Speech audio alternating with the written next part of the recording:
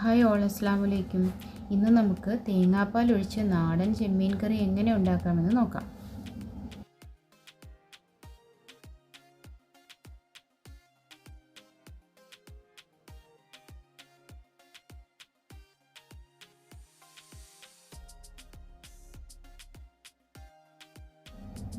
കഴുകി വൃത്തിയാക്കിയ ചെമ്മീനിലേക്ക്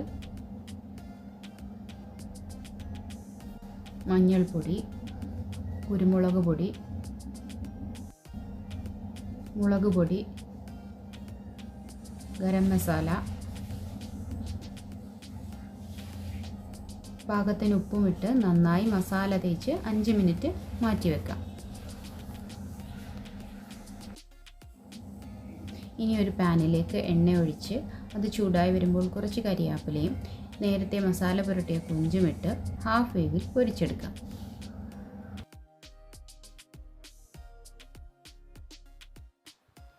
ഈ ചാനൽ ആദ്യമായിട്ടാണ് കാണുന്നതെങ്കിൽ സബ്സ്ക്രൈബ് ചെയ്ത് ലൈക്കും ഷെയറും ചെയ്യാൻ മറക്കല്ലേ.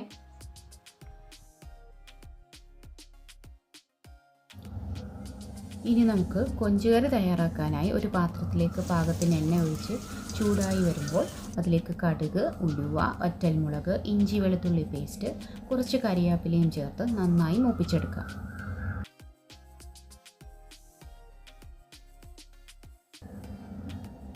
അതിലേക്ക് സവാളയും പാകത്തിന് ഉപ്പും ചേർത്ത്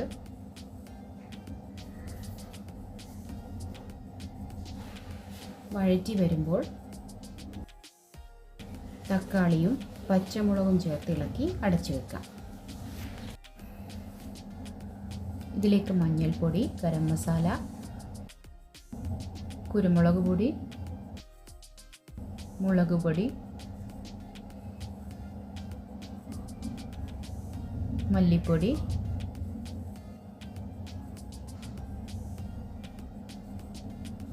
ഇവ ചേർത്ത് നേരത്തെ പൊരിച്ചു മാറ്റിയ കൊഞ്ചുമിട്ട്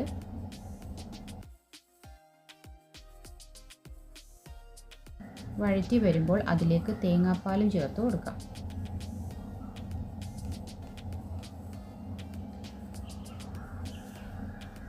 ഇപ്പോൾ അടിപൊളി കൊഞ്ചുകറി ഇവിടെ റെഡിയായി.